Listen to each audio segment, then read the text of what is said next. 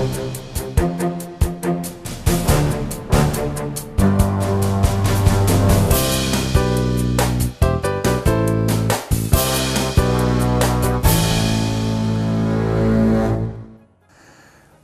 to Chris McRAE, who is our next guest and is a candidate for a position as Area Councillor on the Victor Harbor Council.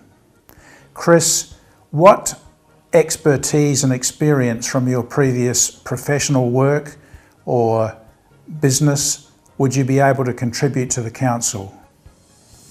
My background in education, training and development, and particularly in leadership and management level, I believe will be an asset to the Victor Harbor Council as a candidate for council. That's what I'm hoping to be able to achieve, is to bring in teamwork and good communication.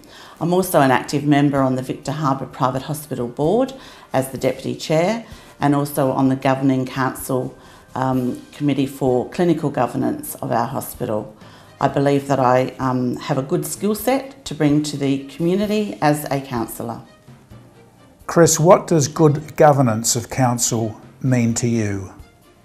It is good governance for a council to strive to bring a voice to the community. It builds trust and confidence in our community and in our council. Our councillors need to be good at building relationships with community and using their skills and abilities to bring forward honesty, integrity, transparency, and be mindful of financial needs of the community and to adhere to the laws of good governance within council. Over the last 4 years, there have been instances of disharmony on council. How might you be able to assist such a situation? This occurs by advocating and being respectful of each of your candidates, and consideration and working together, having open communication, two-way communication, and actively listening to what's actually going on within the group that you're working with. It's about sharing ideas, it's about having opinions, and expecting that each person's point of view will be listened to, and that we have an agreed outcome that will work for our community. An important issue has been the costs involved with businesses operated by council, such as the Whale Centre, the Horse Tram, the Visitor Information Centre, the Fleurieu Regional Waste Authority, and of course the Regional Aquatic Centre. What's your view about that? Should councillors be involved in running businesses? Probably more the question. I think that it's something that as a council we need to really consider, because does the council have the skills and the acumen to be actually looking at those types of businesses? I understand at the moment the horse tram has been looked at and revamped, but again I question whether it's something that we should be doing. If I'm successful, it will be one of the areas that I will look at, because I do believe that council is probably not in the role of running businesses. Council rates are a strong issue amongst people within the community. What are your views with respect to the issues of rate capping and council rate increases?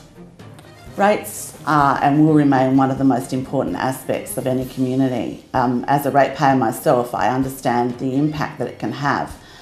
We have our elderly, disadvantaged, who are also considering their rate rises, as well as those that are unemployed and looking at having to rent properties.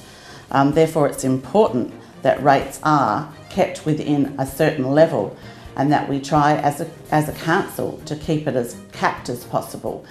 So this means looking at the budget and looking at how we may be able to look at savings across the board and try to keep rates at a reasonable rate. What are your views about the current committee structure and operation within council? I would support a review on the existing committees that are there at the moment and just see whether they are in fact what we are requiring. I'm all for actually examining the committees from time to time to ensure that they are working the way we would expect them to be working. And yes, I would be more than happy to be on a committee. State government seems to be pushing more obligations onto council. What's your view about that? Council community forums are a great way for council to find out what our community is wanting. I think that it's important that we get out into the community and find out exactly what's happening and how they're feeling, and for us to be able to take that information back and share as a team. It's important also that we're understanding what our community are wanting and how they feel that we are progressing. So holding community forums at individual times during the 4 years of a council is really important. I saw that working a couple of weeks ago, where we had Meet the Councillors, and it was an opportunity for many to come in and talk to us, and they found it really rewarding, and so it would be something that I would be advocating for if elected to council. Building development and control is now regulated by a panel on which council has less say.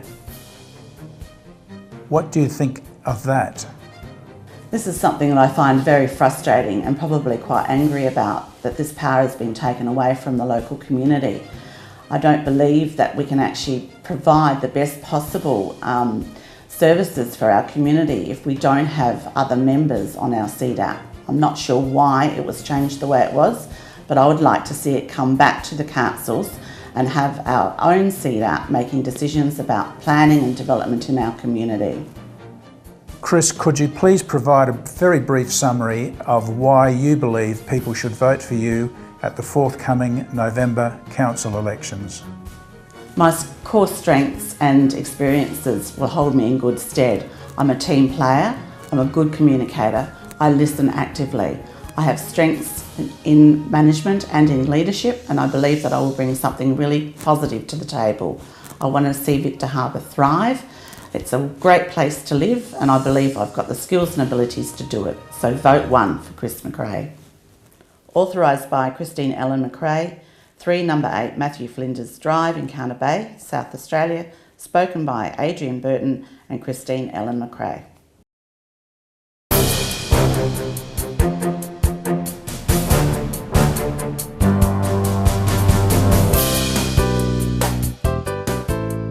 South Coast Television, your community, your voice.